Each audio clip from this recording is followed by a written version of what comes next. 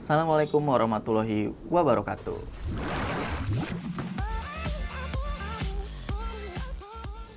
Perkenalkan, saya Wisnu Ismaya, saya guru Bahasa Indonesia SMP Lab School Cirende.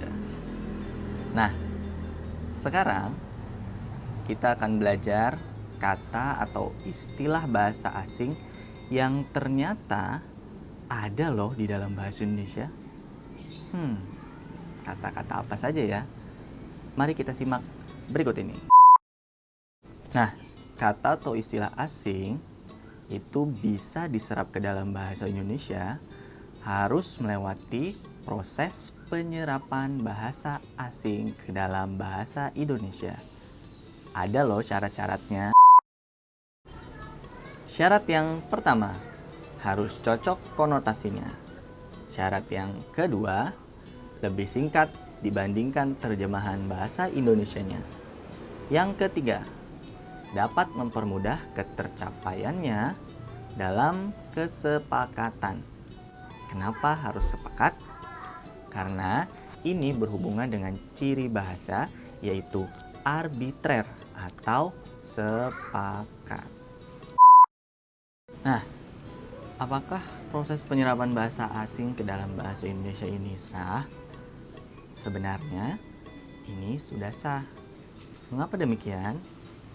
Karena proses penyerapan bahasa asing ke dalam bahasa Indonesia sudah sesuai dengan ciri-ciri bahasa, yaitu bahasa berciri dinamis. Artinya bahasa terus bergerak, berkembang, dan juga bertambah banyak dan juga besar, sehingga bahasa tersebut menjadi kaya dan juga bervariasi. Marhaban ya Ramadan. Untuk episode kali ini kita akan membahas spesial mengenai penyerapan bahasa Arab yang digunakan dan juga diserap ke dalam bahasa Indonesia. Ada apa saja? Tunggu sebentar, saya akan berubah dulu.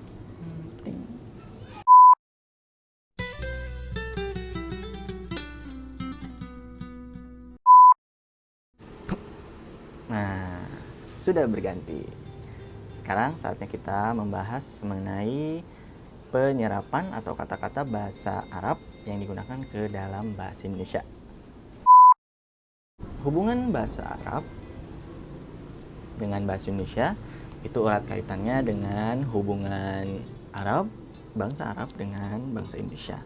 Yaitu pada abad ke-7, saudagar-saudagar dari Persia, dari India, dan juga dari Arab itu membawa agama Islam dan juga bahasanya tentunya untuk proses komunikasinya.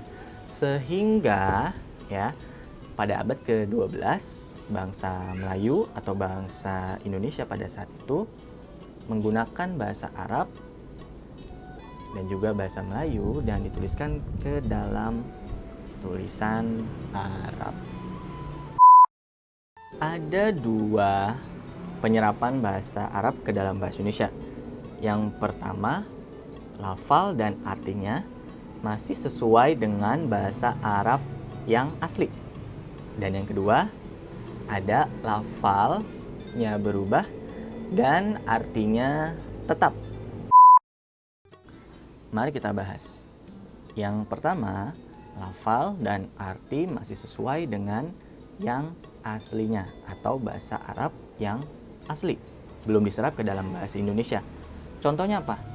Contohnya ada kata abad, amal, azan, daftar, hikmah, halal, haram, ilmu, insan, jawab, khas, kuliah, kursi, wajib, maut, musyawarah, dan lain-lain.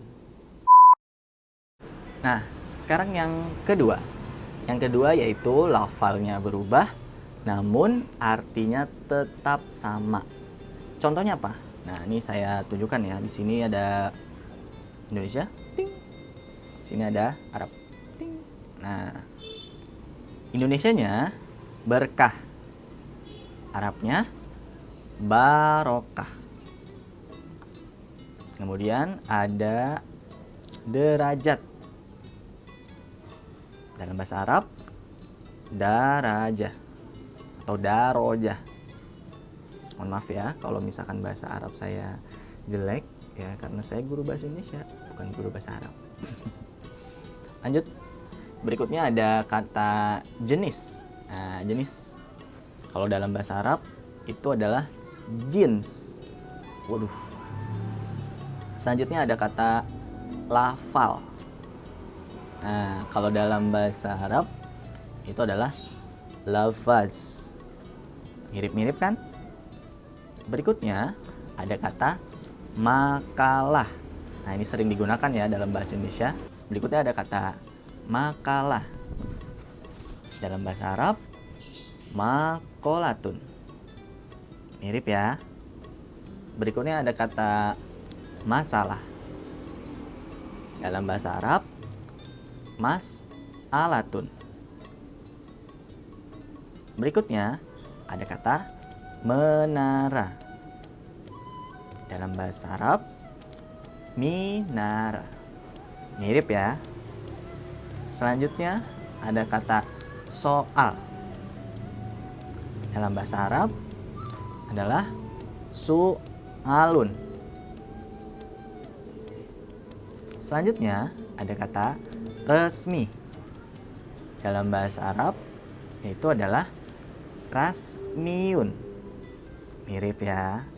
Nah, sebenarnya masih banyak lagi ya bahasa Arab yang lumrah dan juga sudah diserap ke dalam bahasa Indonesia. Nah, sampai di sini episode kali ini berkenaan dengan kata-kata dalam bahasa Arab yang digunakan dalam bahasa Indonesia. Sampai bertemu di kesempatan dan juga episode berikutnya. Sampai jumpa dan Assalamualaikum warahmatullahi wabarakatuh. Utamakan bahasa Indonesia, lestarikan bahasa daerah, kuasai bahasa asing.